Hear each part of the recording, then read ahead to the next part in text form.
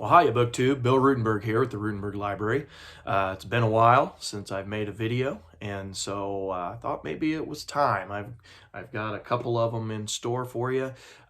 Over this last week, I've been able to go out and get some books, and so I wanted to show you some new books. Just to prevent this from being a super long book haul, I actually am going to split this into two piles. And this one I'm going to show you today is nonfiction books.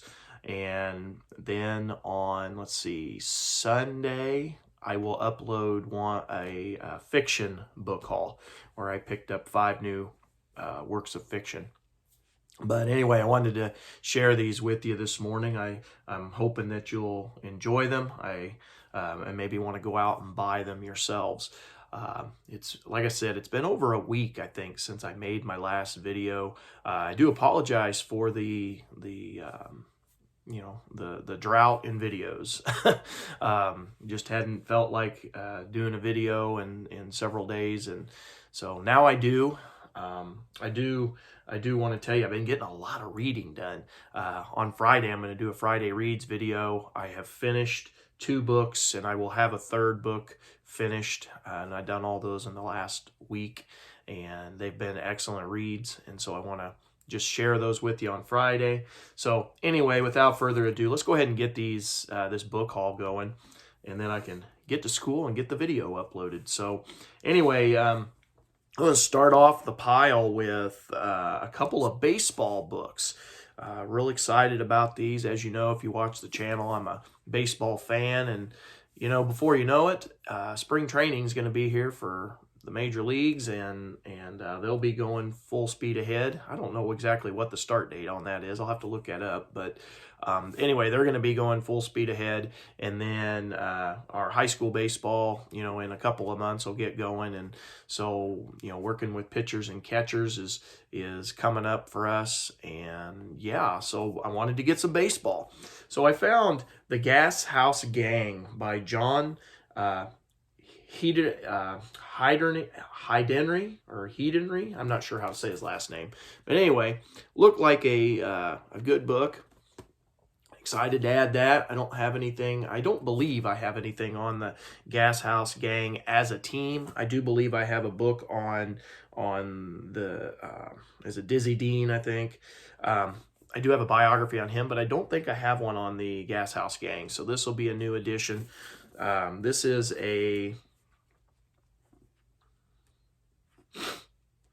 just a second, sorry. 2007 book from Public Affairs Publishers out of New York.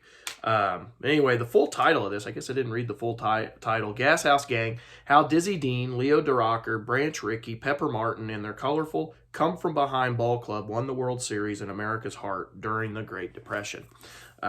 So the back of the book, I'll read that to you. It says, brawling, drinking, stunt pulling, and outrageously talented, filled with larger-than-life personalities, including Branch Rickey, Leo DeRocker, Pepper Martin, Frankie Frisch, Joe Medwick, and especially the eccentric good old boy and great pitcher Dizzy Dean and his brother Paul. The Gas House Gang is an American baseball legend, but the whole story of the improbable rise and short-lived reign of their outsized antics and the lasting accomplishments on and off the field has never been reliably told until now.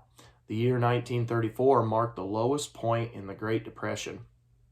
The United States went off the gold standard, banks collapsed by the score, and millions of Americans were out of work. But people could leave the hardships of daily life behind them at the ballpark. Watching a dysfunctional group of oddballs and miscreants make an amazing come-from-behind drive to take the pennant from the favored New York Giants and to face the mighty Detroit Tigers in a wild and suspenseful 7-game World Series. The Gas House Gang was the brilliant culmination of General Manager Branch Rickey's visionary new farm system. It was adored by the nation, who saw itself scruffy, proud, and unbeatable in the team. In this vivid, action-packed account, St. Louis native John Heidenry brings a bygone era and a cast full of mythic baseball personalities to life and unearths a treasure trove of baseball lore that will delight any fan of the great American pastime. All right, and so I really like how it puts that this was a way of getting away from daily life, because I know when I grew up, I come to love baseball. Baseball was definitely an escape for me when I was a kid, and even into adulthood. It just became an escape. The rest of the world went away while I played ball. I absolutely loved it, and it meant a lot to me. And that's why, in my baseball collection, when I do these book hauls, I tend to try, if I can find a good baseball book, I try to add a baseball book in. One of these days I'm going to get enough bookshelves and resort the library, and I'll have a whole baseball section. I'm pretty excited about that idea. Now, getting that to happen is another story. But anyway, the next book on the stack here was actually suggested by one of you out there. I'll be honest, I can't remember who exactly said it in the comments section, but they had asked me if I had read David Halberstam's October 1964. And I have not. I know I have not read it. I do not believe I have it in my collection, fairly certain. Until now, I am, obviously certain of it now. But I was able to pick this one up, and I picked both of these up for a very cheap amount.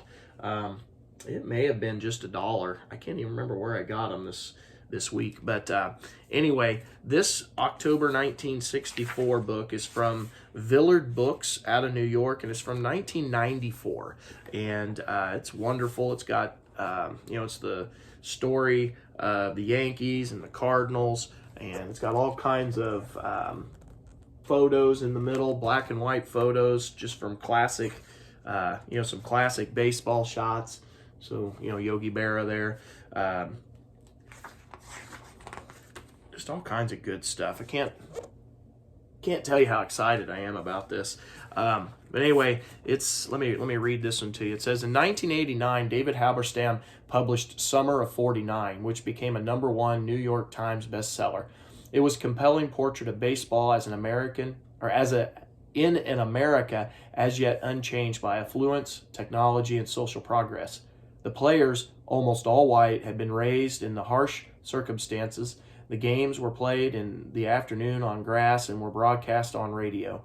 The teams traveled by train, and the owners had dictatorial power over their players. Here also was the story of the Yankees winning the first of their pennants under Casey Stengel before going on to become baseball's greatest dynasty. October 1964 is Halberstam's exciting new book about baseball, this time about the last season of that Yankee dynasty.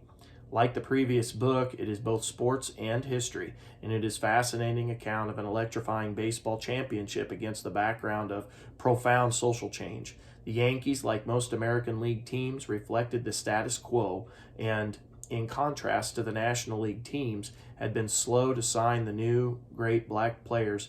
Indeed, for a time, their best scouts were ordered not to sign them. Though the Yankees boasted such great names as Mantle, Maris, and Ford, theirs was an aging team. Mantle, hobbled by injuries, was facing his last hurrah in postseason play. By contrast, the St. Louis Cardinals were a young, tough team on the ascent, featuring talented black players, Bob Gibson, Curt Flood, Lou Brock, Bill White, who were changing the very nature of the game. And with their unprecedented speed and power, Halberstam has once again given us an absorbing tale of an exciting season and a great World Series that reflected a changing era in both baseball and the rest of society as well. The fabric that insulated baseball from the turmoil in the rest of the country was beginning to tear. We get intimate vignettes not only of the players but also of the scouts who signed them, including the black scouts who had been denied the chance to play in the major leagues themselves, and of the new and more irreverent members of the media known as the Chipmunks and their conflicts with the players. A book of keen insight and significance, October 1964 is also like Halberstam's previous work, a great read. And I have not read the 1949, the Summer of 49 book. I'll have to try to find that one. That one's now on my TBR, but I am excited to pick this one up. You know, it was sad that some of those teams took so long to integrate in baseball. I mean, you think about first of all of the great African-American players who were held behind in the Negro Leagues or in the minors just because of color. I think that's extremely sad, and for them and for baseball itself, because think about all of the great baseball stories that could have been written if some of those guys could have made it to the majors early on like they should have. And it's sad for the Yankees. I mean, they got great ball players during that time period, but they could have been even better by integrating and including some of the other talent that was out there. But anyway, I'm excited to read that. So the next one on the stack, I got at Dollar Tree several days back, and I don't believe I showed it to you. So I'm gonna show you again. If I showed it to you the first time, I apologize. But I don't think I have. This is Race Against Time. A reporter reopens the unsolved murder cases of the civil rights era by Jerry Mitchell.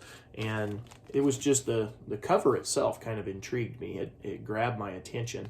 And I got to looking at that, and it just sounded pretty interesting. It's not really the typical book that would go in my collection, because it's unsolved murder, so it's kind of almost a modern book. But I typically collect histories, and I'm hoping this is going to end up being a history and it'll stay in my collection. But I don't know if that made any sense. But let's see. It's by Simon & Schuster out of New York, and it's from 2020, so it is a fairly new book. So the real-life detective story behind 4 notorious cold cases of the civil rights era, Race Against Time, captures a historic effort to bring Klansmen to justice decades after they got away with murder. On June 21st, 1964, more than 20 Klansmen murdered 3 civil rights workers. The killings in what became known as the Mississippi Burning case were among the most brazen acts of violence during the civil rights movement. Even though the killers' identities were an open secret, no one was charged with murder in the months and years that followed. It would take 41 years before the mastermind was brought to trial and convicted for the 3 innocent lives he stole. In all those years, if there is one person who made justice possible, it is investigative reporter Jerry Mitchell. In Race Against Time, Mitchell takes readers into the pulse-pounding investigation that reopened 4 of the most infamous cold cases of the civil rights movement: the assassination of Medgar Evers, the fatal firebombing of Vernon Dahmer, the 16th Street Baptist Church bombing in Birmingham that killed 4 girls, and the Mississippi Burning murders. Mitchell devoted his career as an investigative reporter to these cases, and his work helped send 4 notorious Klansmen to prison decades after they had gotten away with murder. Mitchell captures every twist and turn of these cases, delivering an astonishing nonfiction thriller. He reveals how he unearthed secret documents, discovered long-lost suspects, and even ventured into the lion's den, meeting one-on-one with the murderers themselves. Race Against Time is the inside story of a historic race for justice, a landmark book by a legendary reporter. It is essential reading for all Americans.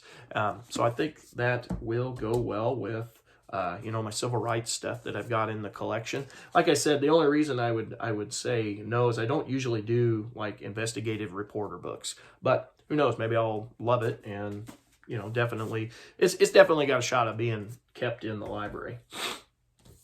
All right, the next one is a biography. I have been trying to go in my collection, look at these founding fathers and other big names of early American history, and maybe some of the big events. And I'm trying to fill holes in my library where I don't have any books on these individual people or events. And this is definitely one of those holes that I am filling. And this is a biography on John Hancock, and it's John Hancock, Merchant King and American Patriot by Harlow Giles Unger. And of course love, I've mentioned this before in the channel, I love on their front cover when you've got the old either photos or in this case paintings of your person. I love how that looks on my book covers. So this one goes right in with the collection. It's from John Wiley and Sons out of New York, and it is from the year 2000. And I got this one at Books Revisited. It was like $3, so I thought I did well. It does have, it was an ex-library copy, so it's got a couple of pencil markings in it, but not bad. It's still in really good shape, I think. So let me read the cover to you here. It says, he was rich, powerful aristocrat, a merchant king who loved English culture and fashion, and above all, he was loyal British subject with ambitions of a lordship and a grand retirement estate in England. There simply was no doubt about it. John Hancock was the least likely man in Boston to start a rebellion. How then did this Tory patrician, become one of the staunchest supporters of the American Revolution?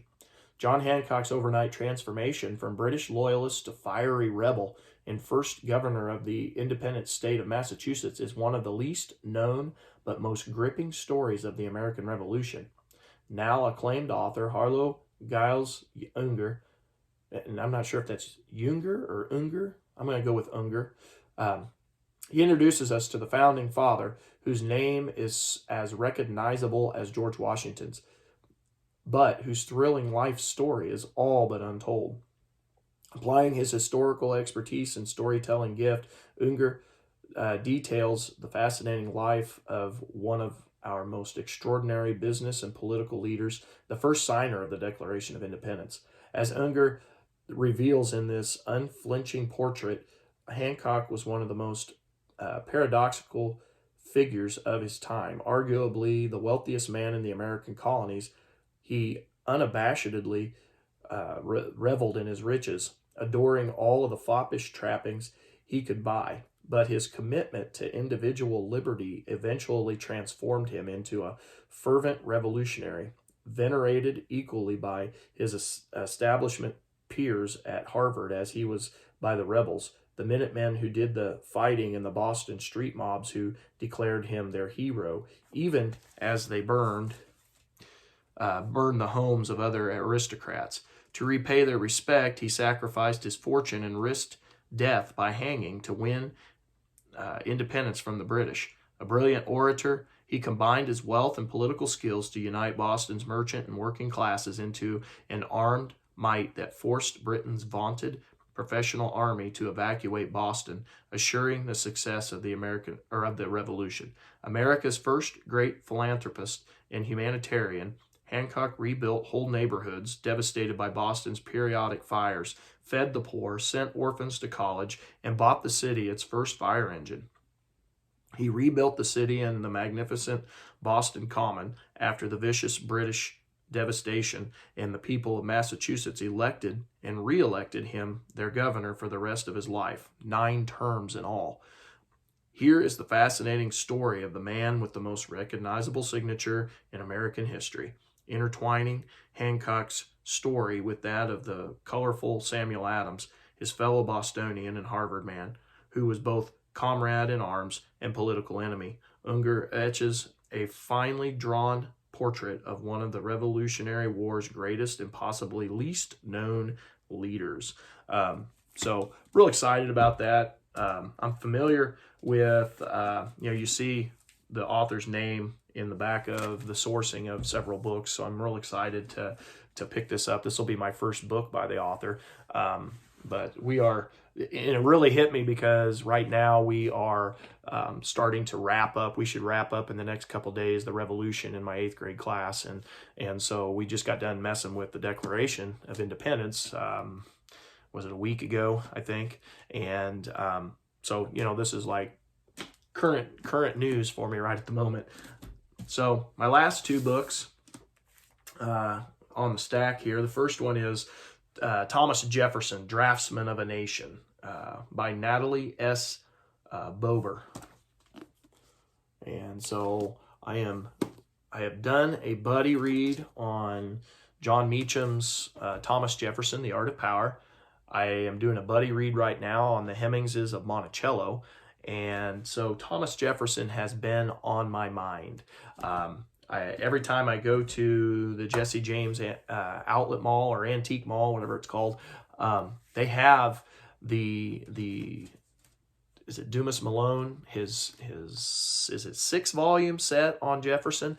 They have it and it looks like it's in pristine condition, but they want $40 for it. Now it might be a good deal. I don't know. I just don't like spending that much in one hunk.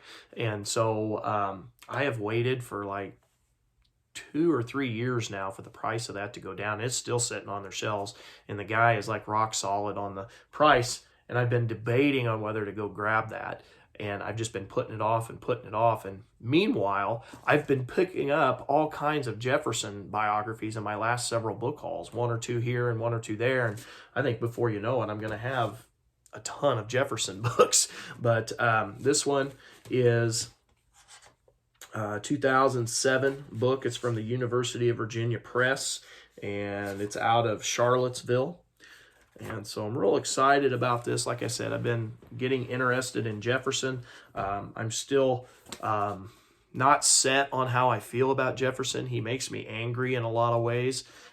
When I was a kid, I shared this in our Voxer chat. You know, when I was a kid, I used to idolize the guy until I became an adult and I got to reading more and more about him. And I think the reason he makes me so mad is, you know, I can respect somebody who's got this opinion or somebody who's got that opinion and they're just, you know, and they're stuck with their opinion. I can respect that because what you see is what you get. I might not agree with them, but I can respect that because, like I said, what you see is what you get. But with Jefferson, I have such a hard time because he says one thing and then does another. He's so contradictory in everything he does, and it just drives me insane. And anyway, let's move on. Let me read the front cover here to you real fast. And this does have a blurb from Annette Gordon-Reed, who wrote the book I'm currently buddy reading. So that's a good sign. But the front cover says, "To many Americans, Thomas Jefferson is the architect of our freedom. And yet the author of the Declaration of Independence also participated in a society that depended on slavery and was himself the owner of slaves. How are we to reconcile this contradiction?" And that is the exact issue I've been battling as I'm reading through these books. I am very much struggling with that issue. So this new life of Jefferson by Natalie S. Bober does not evade this difficult question. From the first page, we are taken into Jefferson's world to help us understand what it meant to be a man of his time. He stands before us as a shy, freckle-faced, and for the 18th century, unusually tall young man. We follow him through a life in which he gave words to American independence, journeyed to France as ambassador, and triumphed in a bitter campaign not unlike our recent presidential elections.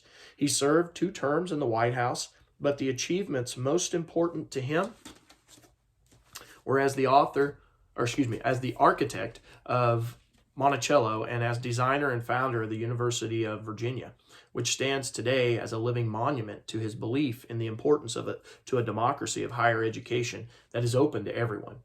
The Jefferson revealed here is distinguished by his often contradictory nature, but also by his optimism, his curiosity, and his exceptional sense of his own place in history. Like Bober's earlier books on Abigail Adams and the American Revolution, Thomas Jefferson, Draftsman of a Nation, will appeal to students of history of all ages. This book faces the fact that Jefferson was a flawed human being, yet insists that this does not disqualify him as a hero. So anyway, I am excited to read that because maybe that'll help me in settling my own opinions of the guy. All right, so this is the last book in the haul, and what would be a nonfiction book haul without a book about Lincoln, or at least his administration? So that is what we have here, and this is Lincoln's Men, How President Lincoln Became Father to an Army and a Nation by William C. Davis. And I thought that cover was kind of cool too, with all the old photos on it. And so I am excited to have this in my Lincoln library, and it is As I've shared with you guys in the past, I've got well over 100 books on Lincoln. I've read probably a majority of them. I've read a good chunk of them anyway. So let's well, actually, it's from the Free Press. Sorry, forgot to say this. It's from the year 1999, and it's out of New York. So let's read this cover here, and then we'll wrap this up. So wrote Private Joe Hass to Abraham Lincoln, February 20th, 1864. Like an extraordinary number of his, I guess I got to read the quote.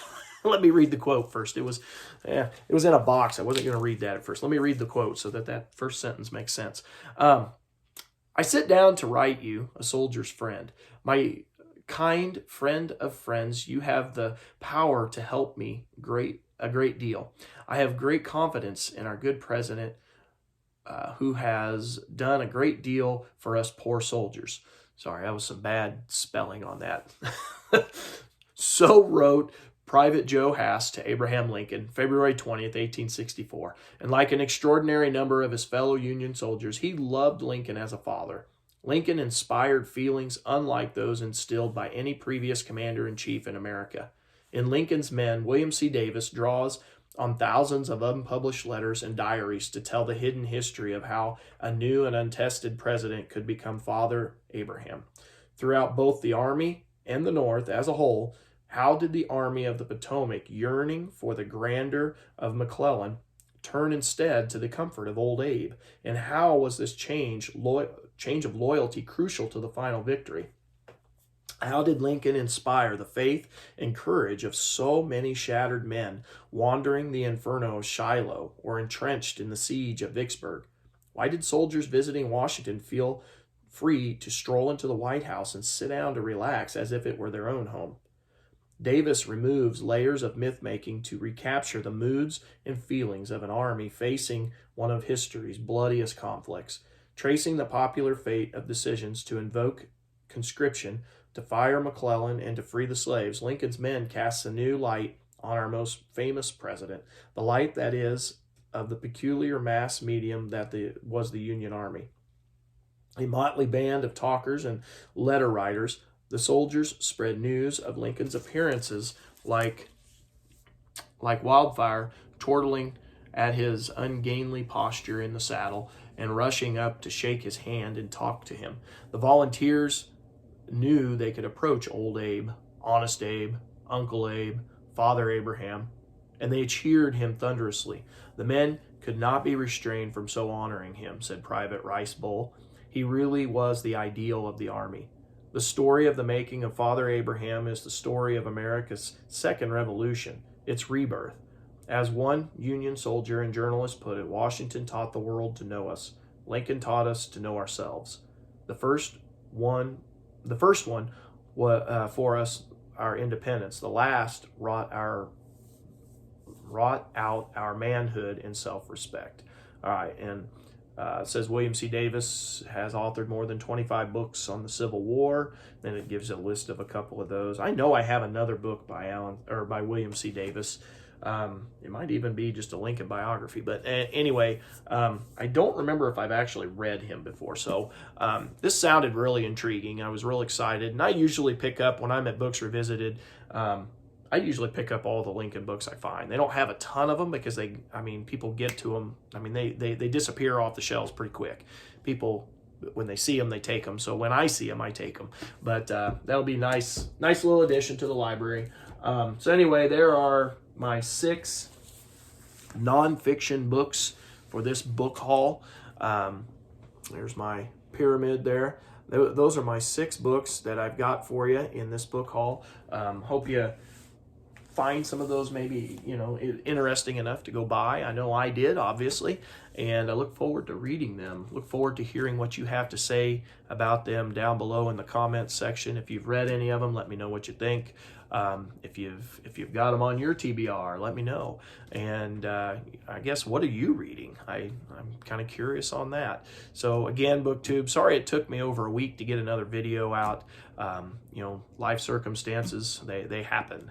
But look forward to a Friday Reads coming on Friday, and then on Sunday I will do a stack of fiction books that I picked up. So yeah, until next time, BookTube, I hope everyone has a wonderful second half of the week. Hope you get a lot of reading in. Hope the weather stays warm enough, or at least your home stays warm enough while you're, sitting through the winter here. Spring will be here before you know it, though. So until next time, BookTube, happy reading.